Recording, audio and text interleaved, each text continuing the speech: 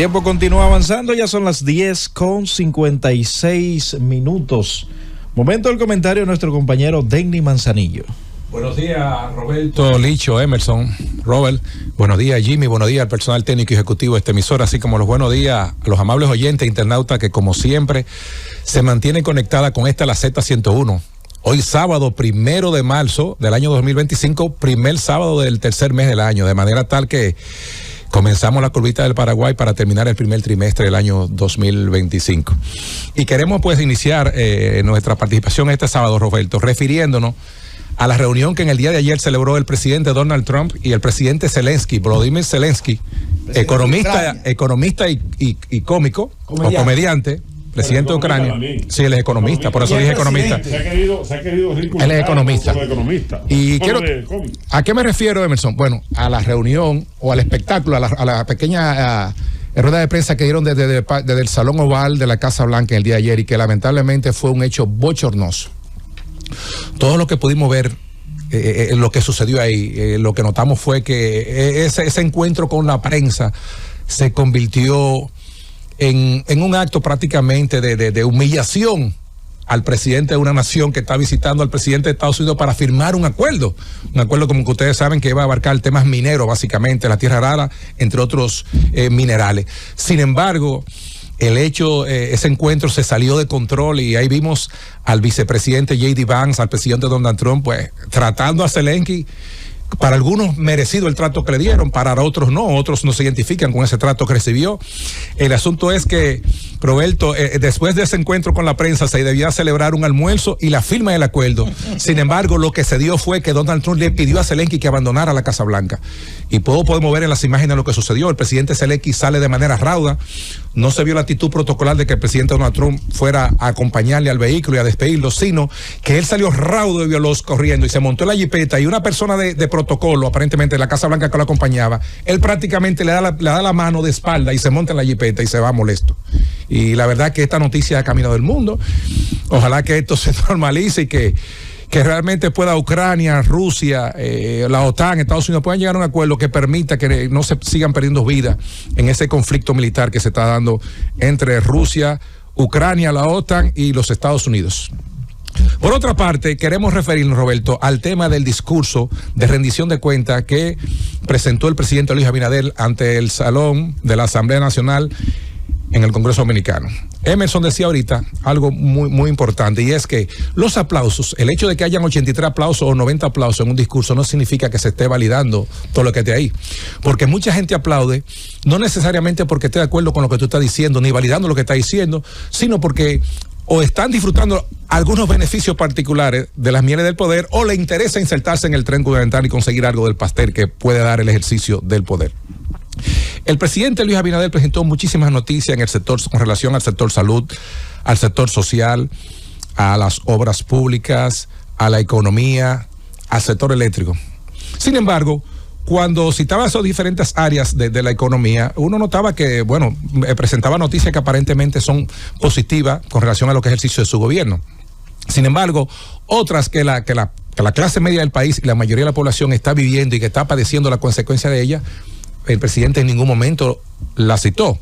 Por ejemplo, el presidente hablaba, que el crecimiento, la economía creció el año pasado un 5% y que fue el más alto del área del Caribe. Sí, efectivamente fue un 5% y fue el más alto del área del Caribe. Sin embargo, debemos recordar todo que el hecho de que la economía crezca un 5, un 6, un 7% no significa necesariamente que eso se traduzca en un aumento, en una mejora del bienestar general de la población. ¿Y por qué decimos esto? Porque además de que los textos de economía te enseñan eso, la realidad es que tú vives uno vive las consecuencias positivas o negativas de las ejecutorias económicas del gobierno.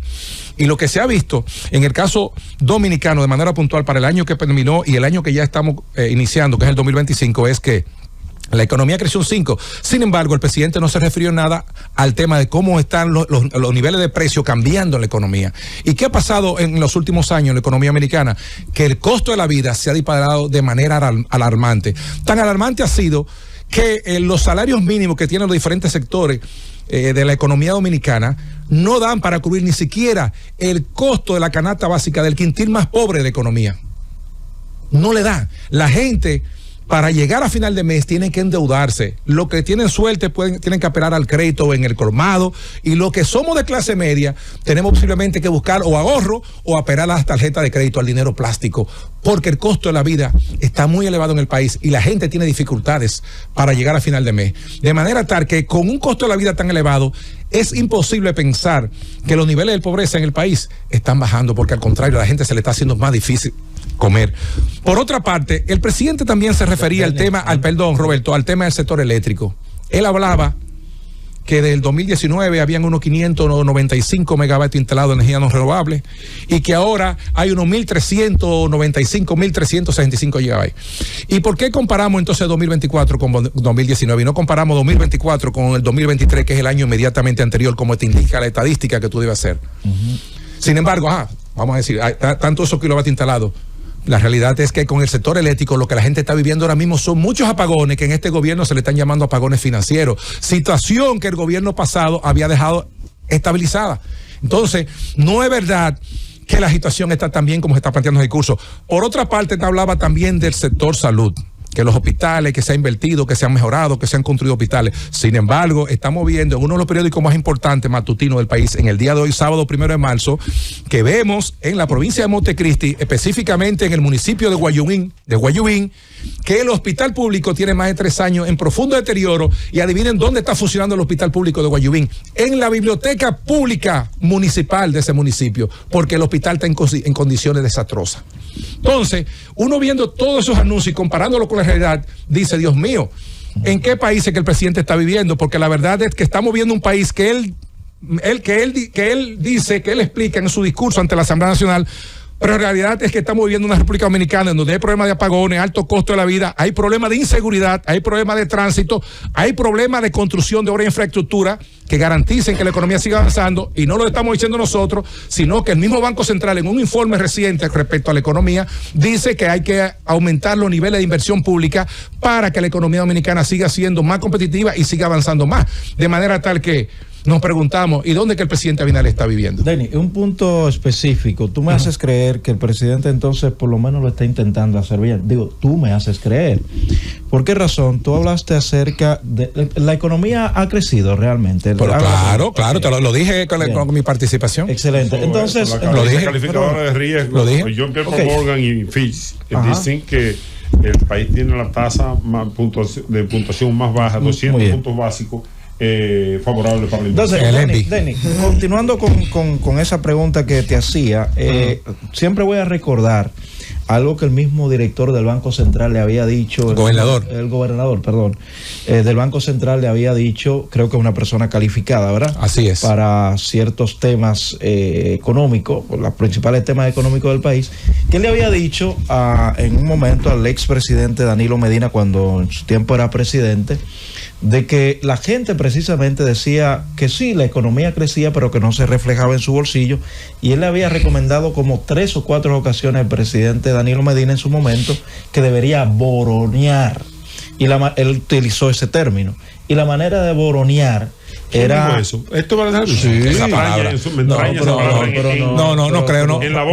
Esa palabra no. Ese término no lo usaría. Perdón. Si ustedes quieren, el video está ahí. En el momento que él lo dijo. Yo no tengo que decir... pero me extraña, porque él es un hombre con un discurso muy respetuoso. Emerson, él utilizó un lenguaje llano para que el pueblo entendiera. Y él le decía, esa rueda de prensa yo me la tiré completita. Él decía que la manera de boronear era aumentándole el salario a los trabajadores. Entonces, en estos días se dio el caso de que después de unos acuerdos se decidió aumentar, aunque en 2 etapas, el salario mínimo al sector no sectorizado. Entonces, siempre se ha hablado de que no solo que la economía crezca, sino la redistribución de las riquezas. Así es. Y un modo de hacerlo es, por lo menos, intentando brindarle un salario digno a los trabajadores. Pero yo creo que el presidente ahí, acorralado como todos los presidentes, hubo de asistir al Comité Nacional de Salario con esa presión que implica el asunto del alto costo de la vida. Pero el presidente fue a sabiendas de que un 20% no es un asunto significativo, máxime si es un aumento que se va a producir de manera diferida, y cuando viene a llegar el segundo aumento, ya la inflación se ha tragado el bendito aporte, el bendito 20%. Y hay que apreciar también lo que significa el 20%, primero en relación al salario, a los salarios mínimos del sector, de cosas no sectorizadas, y de lo que son sectorizados. ¿Cuánto implica ese aumento? Para que sea en 2 etapas. Yo pienso que eso no fue un gran logro, esa es mi perspectiva, pero el presidente tampoco tiene, porque yo insisto, es que presionado nada más no el sector de los trabajadores ni los obreros, es que también inciden los sectores de poder que ponen su punto de vista, y pelean por sus intereses. No es fácil el presidente decirle pónganle un 40, 30, estoy seguro que el presidente quisiera ponerle un 50, pero no puede, porque la gobernanza se supone que sea conciliación, que sea concertación. Por eso procuro siempre cuidar mis palabras al pronunciarla. Digo que me hace creer que el presidente por lo menos está intentando hacerlo bien. Así es, Roberto. Fíjate lo que yo digo. Por lo menos intentando hacerlo bien. Roberto. Ese es el detalle. Roberto. Y él lo que quería lograr era su 20% que él propuso de consenso. Que era el punto intermedio. Que él lo que quería era, porque ellos se pusieron de acuerdo con ese 20%, los 3 sectores. Lo que no querían era, porque los empresarios dijeron que era un 10. No, los empresarios querían una negociación con su cesantía. Pero como el presidente logró que ellos no vincularan, porque también fue de consenso no vincular la cesantía ahí. Entonces el presidente vio que se podía posponer, y él no quería que se pospusiera el aumento del 20%. Y es un logro, no incluye la cesantía en eso. Que él haya logrado que, para no lesionar todos los intereses de los empresarios, pero tampoco lesionar a los trabajadores. Poderlo diferir. ¿Qué es lo que implica el asunto de la cesantía? Es que implica que de que te subo el sueldo, cuando te voy a liquidar, dentro de 8 meses ya te voy a liquidar, ya con atención a ese sueldo. Así, el último sueldo. Quiero hacer una pregunta. Escúchame, Licho, para decirle algo, para contestarle algo a Roberto. Sí, Roberto decía algo interesante. Sí, Roberto, los aumentos de salario son una manera de redistribuir parte de la riqueza que genera la economía. Claro. Correcto eso. Lo único que, como decía Emerson, este aumento que se logró en el comité tripartito, gobierno, empresarios, trabajadores, que es un 20% que se hace en los últimos 4 que establece el código de trabajo para el sector privado, porque en el sector público lo puede ordenar el presidente de la República. Un 12% va a ser ahora en marzo y un 8% el 1 de abril del año 2026. Ahora bien, debemos tomar en cuenta, señores, que la inflación ha andado alrededor de un 4%. Entonces, cuando te suben el 12 ahora, ¿qué te están haciendo? Prácticamente compensándote. También con la agravante de que el actual gobierno ha seguido una práctica que instaló el presidente Danilo Medina, que es no aplicar el ajuste por inflación a los salarios con relación a la retención del impuesto sobre la renta, que es una forma de tú quitarle poder adquisitivo al empleado público y privado. Dame hacer una pregunta. Todas las cosas tienen sus externalidades, también hay beneficios. Déjenme decirlo, insisto, que yo dije eso del salario del 20%, pero también debo decir que lograr que no se incluyera el asunto de la cesantía es un logro importante. Insisto, porque que los empresarios estaban plantados en dos patas, como se dice vulgarmente, con esta situación. Roberto Neris, antes de la pregunta una cosa es la macroeconomía y otra es la microeconomía. El tema de el aumento de salario, yo lo veo a veces y me río. ¿Por qué? ¿Qué van a hacer ahora mismo los empresarios, los que manufacturan servicios y productos? Incrementar todo. Aumentar el sueldo. Aumentar el sueldo, aumentar los precios, aumentar los servicios. Entonces yo veo que eso es un juego de nunca acabar. Una espiral. Aquí lo que hay que estabilizar los precios. Y ojo, que no sé cómo el economista aquí no habló, el tema de la subida del dólar. El dólar se está viendo a una tasa nunca antes vista en la República Dominicana. Y cuando el dólar sube, se nos fuñe todo, porque aquí informalmente hay una economía dolarizada. Aquí la mayoría de precios de los vehículos te lo dan en dólares. Y aquí hay muchísimos servicios y productos que te lo venden en dólares. Pero no obstante eso, la mayoría de dominicanos y dominicanas han optado por hacer compras vía plataforma, por ejemplo, como Amazon y otras. y compran en dólares. Jimmy compra en Temu. Y en Temu y otras plataformas, y es en dólares.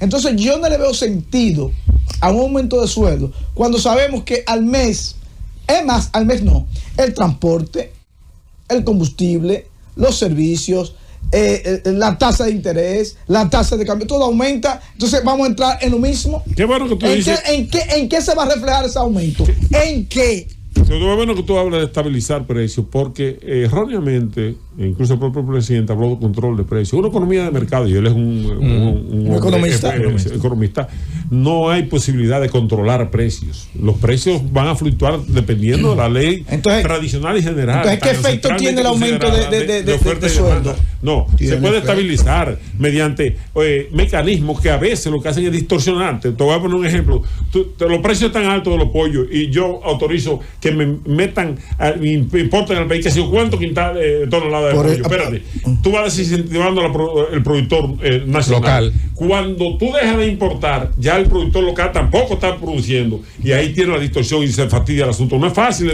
Sí, por eso mismo, no es fácil, pero es posible. Mira. Por ejemplo, ahí tenemos el arroz. ¿A cómo está la libra de arroz? El economista, dije algo que estoy...